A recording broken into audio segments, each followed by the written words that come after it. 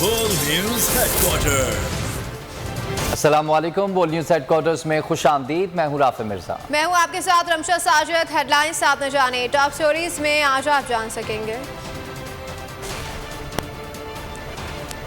कप्तान की मुखालफिन को ललकार,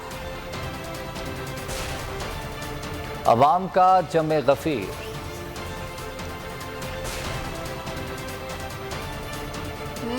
माइक की तकरार,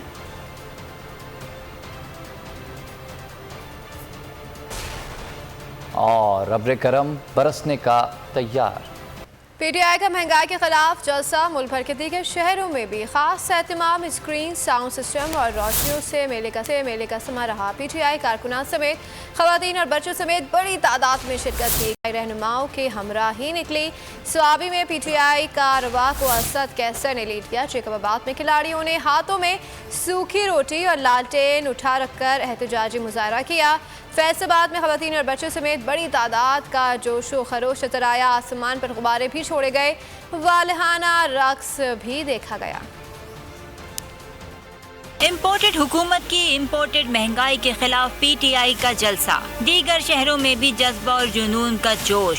पीटीआई लीडर्स ने अपने अपने शहरों में एहतजाज को लीड किया। कराची में अवाम की बड़ी तादाद पीटीआई रहनुमाओं की हमराही में निकली। इमरान इस्माइल का कहना था कि मिफ्ता का कारोबार है लॉलीपॉप बनाना। इन चोरों को लाने वाले पछता रहे हैं। इन्हें बताना चाहता हूँ कि इनके हर जुल्म का बदला लिया जाएगा।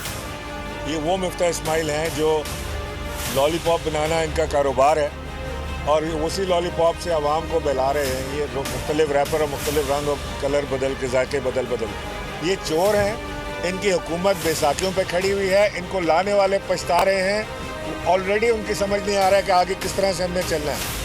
स्वाबी में पीटीआई का कारवां असद कैसर की रहनुमाई में निकला। फैसलाबाद में खवातीन और बच्चों समेत बड़ी तादाद जोशो खरोश में नजर आई। आसमान पर गुब्बारे भी छोड़े गए। वालहाना रक्स भी देखा गया। सक्खर में अवाम की बड़ी तादाद की नजरें स्क्रीन्स पर लगी रहीं। पेशावर में वजीर आला खैबर पख्तूनख्वा महमूद खान पिंडाल पहुँचे। साबिक गवर्नर शाह फरमान भी पर्दाबाग में पुरजोश नजर आए। पर्दाबाग में बड़ी स्क्रीन्स और रोशनियों का एहतमाम लाजवाब था।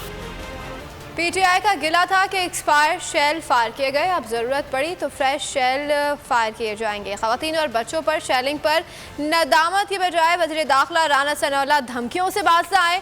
कहा कि 25 मई को इस्लामाबाद का घेराव किया गया था। अब कोई वफाकी दारुलहुकूमत का घेराव नहीं कर सकता। दी चौक तक पहुँचने की धमकियों वाला सफ़ा फट चुका है। तमाम सियासी जमातें सर जोड़कर बैठी हैं। सिर्फ एक जमात फसाद पर बज़िद है। उस फसादी टोले के लोगों का ये बड़ा गिला था और वो मुझे गालियाँ देते रहे कि जी वो टीयर गैस जो है वो एक्सपायरी डेट की है। अब उन्हें मैं उनको की खिदमत में अर्ज करता हूँ कि वो एक्सपायरी डेट वाली जब वो ख़त्म हो गई है, वो मेरे प्रेडिसेसर ने खरीद के रखी हुई थी। अब उनको बिल्कुल मौसर और ताज़ा और अपडेट जो है ना वो हर चीज़ जो है ना वो मिलेगी इंशाअल्लाह ताला। 25 मई को जो दहशतगर्द और एक फसादी टोला जो है वो कैपिटल इस्लामाबाद पे हमलावर हुआ था, उसे एफसी रेंजर्स और इस्लामाबाद पुलिस के ऑफिसर्स ने, जवानों ने बहुत ही जो है वो हौसले के साथ और बहुत जो है वो हिम्मत के साथ, दिलेरी के साथ जो है उस फसादी टोले को जो है वो पसपा किया। उसके ऊपर मैं सभी रेंजर्स के ऑफिसर्स, जवानों को, एफसी को और इस्लामाबाद पुलिस को जो है वो अप्रिशिएट करता हूँ। मुल्क साम्राज्य, इस्तेमारी और दज्जाली तहजीब के मुहासरे में है। पाकिस्तान के फैसले IMF के बंद कमरों में हो रहे हैं। अमेरिका जिसको चाहता है मुजरिम, जिसको चाहता है मजलूम बना देता है। अमीर जमात इस्लामी सिराज उल हक ने एक बार फिर मौजूदा निज़ाम को हदफ तनकीद बना दिया कि इस वक्त पाकिस्तान मुहासरे में है। दुनिया एक ग्लोबल विलेज बन गया है और इस ग्लोबल विलेज पर इस्तेमार का, साम्राज्य का, दज्जाली तहजीब और कल्चर का कब्जा है। आज इस दज्जाली निज़ाम की क़ियादत अमरीका के हाथ में है। मईशत उनकी कंट्रोल में है। गुज़श्ता परवेज़ मुशर्रफ के दौर में कि जब उन्होंने अमरीयत कायम करने की कोशिश की तो यही वो कला साहिबान थे जिन्होंने काला कोट पहनकर गलियों और कूचों में, चौकों और चौराहों में कुर्बानियाँ दी। मेरा यह मुल्क पाकिस्तान किसी ओडेरे, जागीरदार, कर्नल, जनरल ने नहीं बनाया, ये एक वकील ने बनाया। इम्पोर्टेड हुकूमत का बिजली बचाने के इकदाम से भी यू टर्न। वज़ीर आला पंजाब हमजा शहबाज का मार्केटों और बाजार रात 9 बजे बंद करने की पाबंदी खत्म करने का ऐलान। फैसले का इतला पंजाब भर में होगा। हमजा शहबाज का कहना है कि चांद रात तक मार्केटों और बाजारों पर वक्त की पाबंदी का इतलाक नहीं होगा। फैसला ताजर बरादरी और अवाम की सहूलत के लिए किया गया है।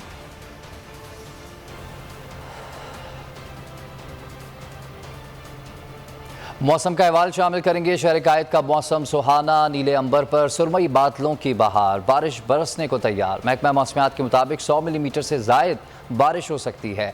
अर्बन फ्लडिंग का भी खदशा है। 8 जुलाई से मानसून का नया स्पेल बारिश बरसाएगा। हर साल की तरह इस साल भी मानसून सरपरा गया। कराची और हैदराबाद में नालों पर कचरे के ढेर मकामी इंतजामिया की गफलत और सिंध हुकूमत की कारकर्दगी का पोल खोल रहे हैं। गुलिस्तान जौहर का ये नाला भी सालों से सफाई का तालिब है। हैदराबाद की चूड़ी मार्केट का नाला भी बारिश की सूरत में खतरनाक सूरत हाल का पता दे रहा है, लेकिन हुक्काम के सर पर जूं तक नहीं रेंग रही। उनका सीजन सर पर। कराची हैदराबाद में कचरे के ढेर, बंद नाले। हैदराबाद की आबी गुजरगाह कचरे की आमाजगाह। चूड़ी मार्केट का नाला हुकूमती दावों का पोल खोलता है। शहरी कहते हैं यहाँ बात तस्वीरी नुमाइशों से आगे नहीं बढ़ती। 5 से 6 महीने हो गए कोई ऐसी सफाई नहीं हुई। बाकी इस रोड पे आते हैं कभी कभार जब पानी भर जाता है तो वो अपने पैसों से देके 1-2 गाड़ी निकलवा देते हैं, वो अपने रोड का पानी क्लियर करवा देते हैं। बाकी यहाँ पर इस टुकड़े में कोई सफाई करने नहीं आता। कराची में भी कचरे के ढेर, उबलते गटर। गुलिस्तान जौहर का ये नाला भी सालों से सफाई का तालिब है।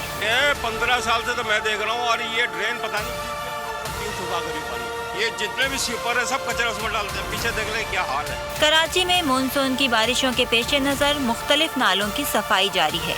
औरंगी टाउन नाले पर भी NLC की टीमें काम कर रही। बातों और दावों से बिजली पैदा होती तो शहबाज हुकूमत में सबसे ज्यादा बिजली होती। मखलूत हुकूमत की बातों से मुल्क में बिजली बहरान कम ना हुआ। शॉर्टफॉल 7000 मेगावाट से भी तजावुज कर गया। शहरी इलाकों में 12 और दही इलाकों में 16 घंटे की लोड शेडिंग की जा रही है।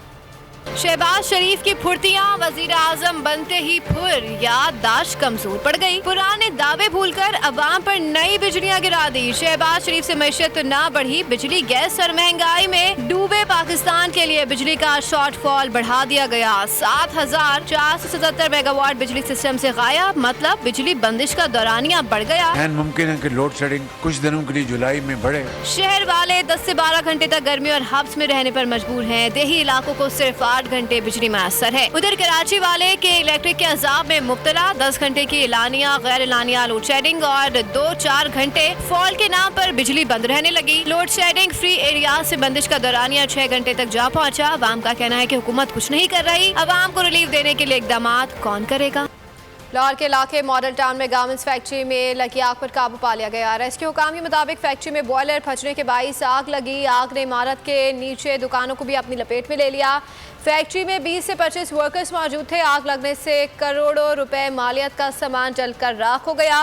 फायर ब्रिगेड की 8 गाड़ियों ने आग पर काबू पाया। कूलिंग का अमल जारी है।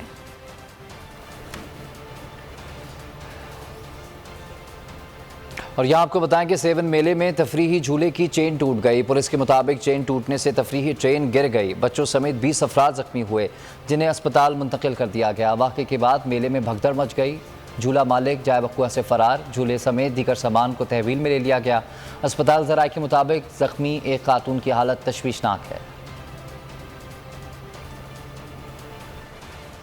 हैदराबाद में मरने वाले शख्स पर ही FIR काट दी गई। बिजली की गैर एलानिया लोड शेडिंग और ट्रांसफॉर्मर्स के मरम्मती कामों पर ताख़ीर के खिलाफ अवाम का पारा हाई हुआ। भरपूर एहतजाज हुआ। फलेली चौक टायर जलाकर ब्लॉक कर दी गई। हेस्को ने रिकवरी के नाम पर दर्जनों इलाकों के ट्रांसफॉर्मर्स उतार लिए। पुलिस हेस्को के साथ मिल गई। मुजाहिरीन ने हेस्को के खिलाफ शदीद नारेबाजी की। थाना B सेक्शन की फुर्तियाँ बिजली बंदिश पर एहतजाज करने वालों के खिलाफ मुकदमे में फौत शख्स को मुलजिम बना दिया। फौतशुदा शख्स के बेटे ने बताया कि उनके वालिद शौकत अली का इंतकाल 1998 में हुआ था।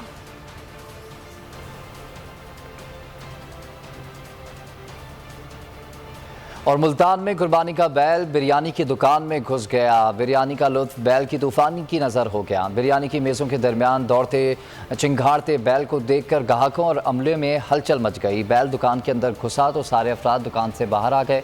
बिरयानी की बू सूंघते सूंघते बैल किचन में भी जा घुसा, जिससे बावर्ची की सिट्टी गुम हो गई। किस्सा मुख्तसर ये कि मस्त बैल की धमाचौकड़ी ने बिरयानी की दुकान में दिलचस्प सूरत हाल पैदा की। और यहाँ आपको बताएं कि जस्टिस इरफान सादत ने कायम मुकाम chief justice Sindh high court के ओहदे का हल्फ उठा लिया है। मौजूदा चीफ जस्टिस अहमद अली शेख की हज की छुट्टी के लिए दी गई दरख्वास्त के बाद जस्टिस इरफान सादत खान ने सिंध हाई कोर्ट के कायम मुकाम चीफ जस्टिस के ओहदे का चार्ज संभाल लिया है। जस्टिस इरफान सादत खान से हल्फ सीनियर जज जस्टिस अकील अब्बासी ने लिया।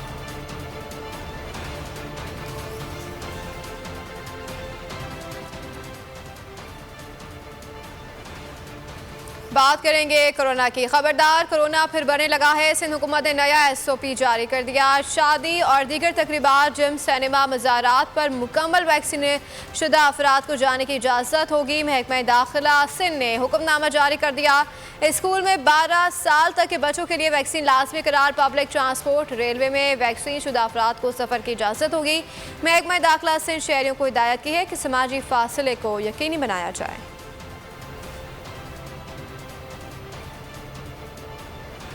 पाकिस्तान में तो बिजली महंगी से महंगी हो रही है, लेकिन भारतीय पंजाब के वज़ीर आला ने अपनी जनता के से किया वादा निभा दिया। भगवत मान ने 300 यूनिट बिजली मुफ्त देने का ऐलान कर दिया। कहा कि कोई ना करे पर तो मैं वादा पूरा कर रहा हूं। आम आदमी पार्टी के भगवत मान ने अपनी इलेक्शन मुहिम के दौरान बिजली के बिल्स में बड़ा रिलीफ देने का वादा किया था। खेलों को मैदान से शामिल करते हुए आपको बताएं कि पाकिस्तान क्रिकेट टीम का दौरा श्रीलंका के लिए रावलपिंडी में जारी कैंप का अख्ताम हो गया, जिसके बाद खिलाड़ी अपने अपने शहरों को रवाना हो गए हैं। टेस्ट स्क्वाड 5 जुलाई को लाहौर में रिपोर्ट करने के बाद 6 जुलाई को कोलंबो रवाना होगा। रावलपिंडी में ट्रेनिंग कैंप के दौरान खिलाड़ियों ने खूब जान मारी। हेड कोच के ज़ेरे निगरानी जमकर प्रैक्टिस की। सीरीज़ में कामयाबी के लिए हिकमत अमली बना ली गई है। कौमी टीम का ट्रेनिंग कैंप का आखिरी रोज़ बारिश की नज़र हो गया और खिलाड़ी अपने घरों को रवाना हो गए हैं। स्क्वाड 5 जुलाई को दोबारा लाहौर इकट्ठा होगा। 6 जुलाई को श्रीलंका की उड़ान भरेगा। पाकिस्तान और श्रीलंका के दरमियान 2 टेस्ट मैचेस पर मुश्तमिल सीरीज़ का आगाज़ 16 जुलाई से होगा।